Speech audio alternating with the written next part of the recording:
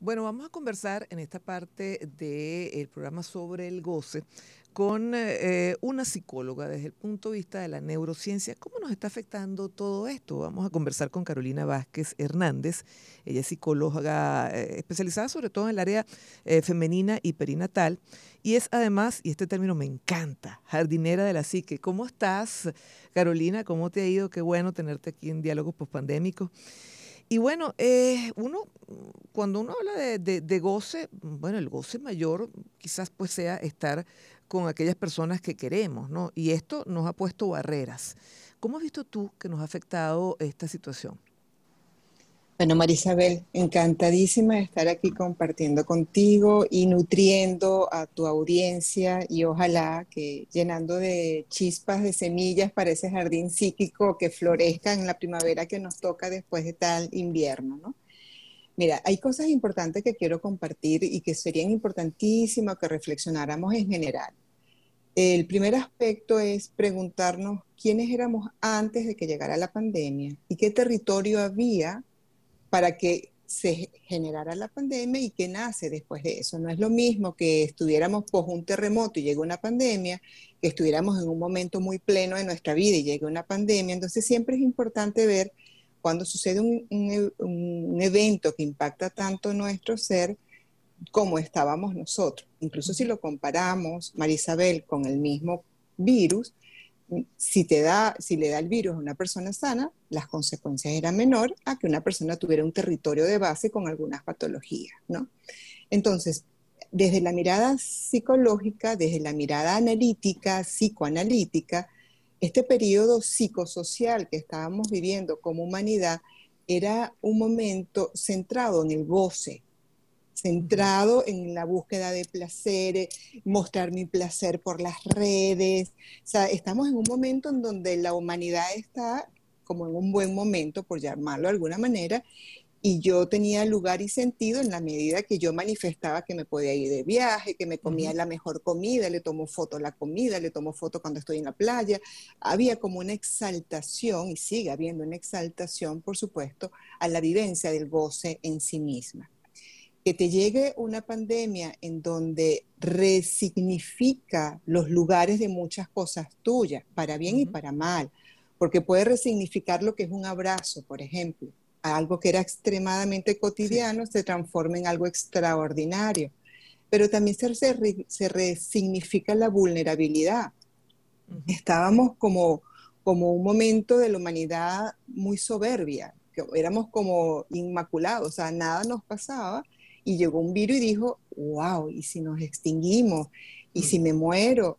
Incluso muy compasivamente, cuántas personas en efecto están elaborando un duelo en este momento de su vida porque perdieron a un Sí. ser o varios seres queridos, ¿no? Entonces, ojalá, es un deseo desde la madurez psicoemocional, que esta presencia del virus o de la pandemia a nivel psíquico signifique una resignificación de valencia positiva, es decir, comenzarle a dar más sentido y más valor a lo que verdaderamente es trascendental en mi vida y no tanto un poco a este tema superfluo donde también nos tenían las redes, ¿no? Y si Sí. de alguna manera uno examina un poco las redes, uno ve que las redes agarraron como un poco de profundidad. Había como esa sensación de solidaridad, de mensajes de aliento, esas campañas maravillosas que hicieron muchas personas en ese afán de consolarnos, esos conciertos que hicieron desde sus casas muchos artistas, en donde decía, somos más humanos, somos más Ujú. solidarios. Y ciertamente yo creo que parte de la resignificación del goce, que es lo que tú me estás invitando a reflexionar, quizás aquello que podía ser intrascendental comienza a ser trascendental y comienza a tener valencia de goce. Es decir, ¿cuántas personas hoy en día dicen estoy bien porque tengo salud? Ujú. O sea, hay como una, a ver, se le está dando valor a aquello que en el pasado considerábamos normal, natural, pero que nos estamos dando cuenta que no lo es tanto. Tú hablabas del abrazo. Yo no sé si esto somos aquellos que nos gusta hacer tocones o es algo que afecta pues a mucho más de lo que pensamos. Tiene un impacto mucho más profundo, Ujú. Marisabel. A nivel de nuestro desarrollo psicomotor, de nuestro incluso sistema inmunológico, se ha comprobado con estudios desde la Segunda Guerra Mundial que un bebé que no es acariciado, que no es contenido, que no es cargado, aun y cuando se le dé toda la alimentación que él requiere, todo el cuidado a nivel de cobijo, de frío, etcétera, los bebés igual tenían una estadística muy alta de mortalidad. Eso se extrapoló a lo que significa la liberación de hormonas que se denominan hormonas de la felicidad, llámese la oxitocina, la dopamina, la endorfina y la serotonina, y que ciertamente en el abrazo se libera. Entonces, parte de lo que nos genera a nosotros sensación de bienestar es el ser tocado. Cuando tienes a una persona que tiene una frustración o que tiene un Ujú. duelo, ¿cómo tú das un sentido pésame sin abrazar a la persona, sin contener a la persona? Y además, parte de lo que también hemos trabajado a nivel de la salud mental en esta situación de no podernos tocar, en efecto es que puede llevar a deprimir el sistema inmune. Yo lo que invito, lo que estoy incluso jugando, lo digo en ese término, es a buscar otras maneras de sentirnos contenido. Regresamos a la palabra del goce, vamos a resignificar cómo yo puedo gozar el contacto con una persona sin que eso implique un riesgo. Ujú. Y por ejemplo, dentro de mi equipo de trabajo, yo digo, vamos a darnos un abrazo de corazón a corazón Ujú. y es frotarnos las espaldas. O sea, darnos como así un Ay, qué recostadito de bonito. espalda a Qué espalda bonito. y se siente, es así como uno se quiere quedar pegado porque tú Ujú. dices, ay, qué rico que puedo tocar a esta persona más allá de algo tan frío como puede ser el codo. Yo digo, por ejemplo, si nos podemos dar masajes de pie con personas más cercanas, Ujú. podemos acariciar una cabeza, tocar una espalda, o sea, lo que no podemos es las manos, la cara y las vías Ujú. respiratorias, pero cuánto más de nuestro cuerpo también recibe y siente el goce y además nos puede ayudar a liberar esas hormonas de bienestar, de placer, de felicidad, que incluso propician la potenciación del sistema inmune.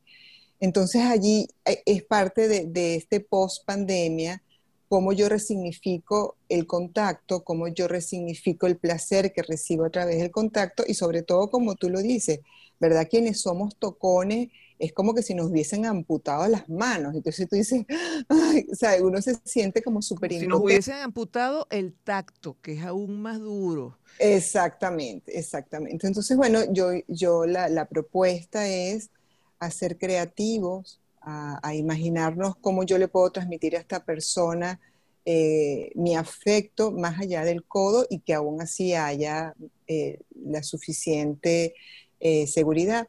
Y aquí también hay una palabra importante que yo quiero rescatar, Marisabel, que se habló de manera muy genérica, distanciamiento social. Ujú. Y distanciamiento social no significa aislamiento afectivo. Si yo no puedo usar el contacto o el tacto en este momento porque es la fuente más peligrosa, ¿cuántas más cosas puedo yo explorar de mis canales afectivos para hacerle sentir al otro que estoy cercana? O sea, cuánto más necesito decir te amo, te quiero, eres importante para mí. Quizás cuántos más mensajes de textos o WhatsApp yo tengo que enviar. O sea, no podemos castrarnos la afectividad o el goce de la afectividad porque no haya contacto físico. ¿Cómo más yo puedo explorar otros, se llaman canales de acceso? Ujú. El auditivo, el visual. Yo, por ejemplo, tengo pacientes que son muy creativas y de repente cuando recién inicia la consulta me escriben en una cartelera frases muy bonitas y cuando arranca la consulta yo veo esa cartelera, me llena de una alegría riquísima y esa persona no me está abrazando, esa persona no me está tocando, ¿no? Entonces yo creo que parte de esta experimentación, incluso quiero llamarlo madurez emocional, es cuántos otros canales de acceso afectivo estoy dispuesta o dispuesto a explorar en esta nueva realidad que nos toca vivir.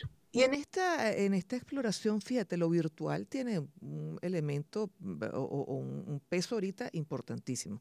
Esto que estamos haciendo, las conversaciones virtuales, se ha disparado el uso de Zoom, de Skype, de estas plataformas de conversa, pero también se han disparado plataformas, por ejemplo, que son plataformas de adultos, o sea, la necesidad de la búsqueda del placer por métodos virtuales también se ha disparado. ¿Esto qué tan sano es para una sociedad? ¿Qué tan sano es para una persona? Yo estoy imaginando y estoy también invitando mucho a usar la palabra integrar, ¿sí? ¿Cómo yo puedo integrar las circunstancias que se dieron a mi bienestar?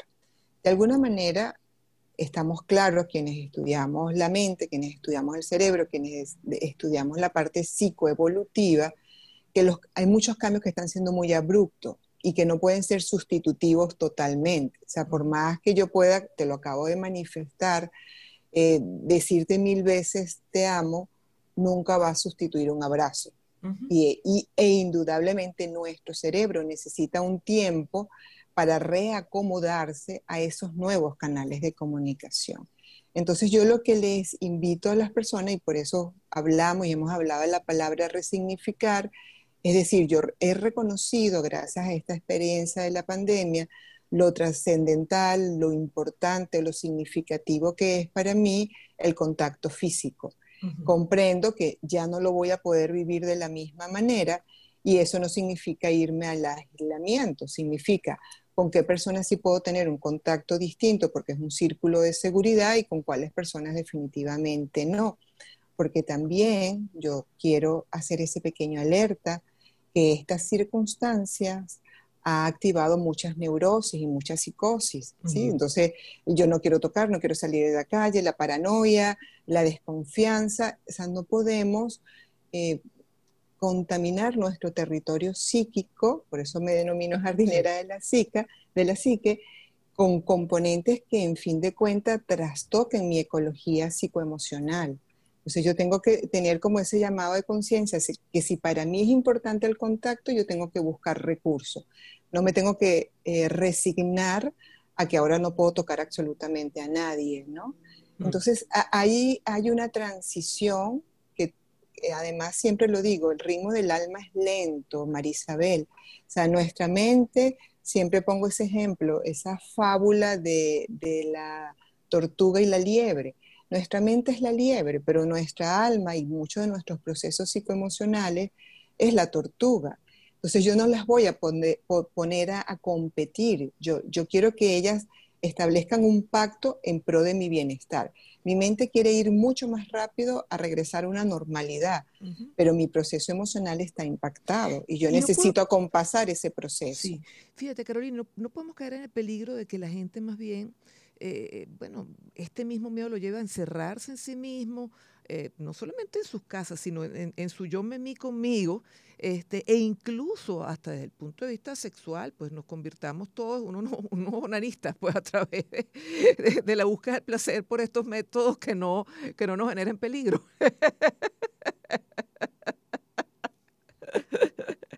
Pero me río mucho porque muchas de mis pacientes solteras están en crisis porque dicen cómo voy a levantar, cómo voy a tener una nueva relación, tan en pánico. Dicen que Ujú. no se quieren exponer absolutamente a nada y en verdad ha sido un tema para muchas, ¿no? Por eso lo reitero, Marisabel, eh, digamos, así como te dije, vamos a ver dónde estaba el territorio psicosocial antes de que llegara la pandemia. Si yo tengo una experiencia de autoconocimiento, de alguna manera, yo puedo ver muchos mis luces y también mis debilidades. Esta pandemia pudo fortalecer mis luces, pero también mis debilidades. Y entonces yo puedo potenciar cosas que no son necesariamente sanas. Y ciertamente puedo, por eso te lo digo, puedo terminar en un trastorno obsesivo compulsivo en donde me lavo las manos 1 millón de veces al día, donde no interactúo con nadie. Entonces, es un llamado de alerta de que puede que la pandemia en efecto nos movilice a ese compromiso del bienestar, a ese compromiso de resignificar lo más sutil de la vida, más que tantas cosas, como también nos puede llevar por el precipicio de un profundo aislamiento y de una profunda Ujú. soledad. En todo caso, siempre invito si yo estoy sintiendo que esto se está transformando en una experiencia de sufrimiento, en una experiencia dolorosa, en donde siento que está discapacitando algunas funciones de mi vida, indudablemente ahorita hay a todo nivel grandes redes de apoyo psicológico para elaborar cómo está impactando la pandemia en mí. Finalmente hablemos del dolor. Para muchos este aislamiento no los ha dejado procesar el dolor de algo, de alguien o de una situación tan cercana como la muerte de un familiar. Porque bueno, aquellos que tienen familiares con COVID no se le pueden ni acercar, incluso hasta el mismo trámite de despedir por última vez a esa persona es imposible. ¿Cómo ves tú el tema del dolor o si también esto se está resignificando? Yo considero que está generándose un profundo trauma en un grueso de una población, porque estamos claros que cuando hay un duelo, el duelo tiene etapas y tiene procesos, y algunas de esas etapas no se están viviendo. Por ejemplo, una de las experiencias que se tiene es ver el cadáver, ver el cuerpo, eso a la psique le dice eso es una realidad. Cuando una persona desaparece, yo nunca pude, queda lo que se denomina una gestal abierta. Yo tengo la sensación de que en algún momento va a aparecer porque no tengo la confrontación con la realidad. Entonces, hay un proceso más lento de elaboración del duelo y pudiera llegar a ser tan lento que llegar a ser traumático, es decir, que la persona no termine de elaborar saludablemente el duelo. Y por eso yo celebro, en verdad, todo este mismo universo de las redes, porque yo como psicóloga he visto todas las campañas que han habido. Yo he participado con Ecuador, con Perú, con Bolivia, con Colombia, con España, de redes de psicólogos que tienen trabajo voluntario, que tienen foros abiertos, que tienen grupos y círculos para contener y ayudar a acompañar a estas personas a elaborar el duelo. E indudablemente un poco, si lo vemos en nuestro territorio venezolano, un poco cómo quedamos nosotros post la tragedia de Vargas, Ujú. que cada vez que llovía nos daba esa sensación de un peligro inminente y uno no terminaba de entender por qué tengo este sustico, Ujú, ¿no? ujú. Entonces ese es el shock postraumático. Entonces está claro que todavía quedan unos meses en donde, si nos vamos a una expresión muy folclórica, vamos a ver bejuco y vamos a correr, porque nos vamos a llenar de miedo, ¿no? Porque acabamos de vivir esta experiencia. Entonces sí es importante hacerle seguimiento a los procesos de elaboración de duelo que podamos tener a nivel de personas cercanas, de círculos, ustedes como comunicadores, que las personas puedan tener la nobleza y la sensibilidad, incluso hasta la humildad de decir, yo necesito ayuda, porque mucho también es, bueno, yo puedo solo con esto. No necesariamente vamos a poder con todos los procesos emocionales que ha activado esta pandemia. Bueno, muchísimas gracias, Carolina. Y desde aquí te mando, mira, un abrazo virtual. Yo te mando un masaje de corazón a corazón Me espiritual, gusta. que es el de la espalda, ¿sí? Beso. Chao. Encantada, igual. Gracias. Chao. Chao.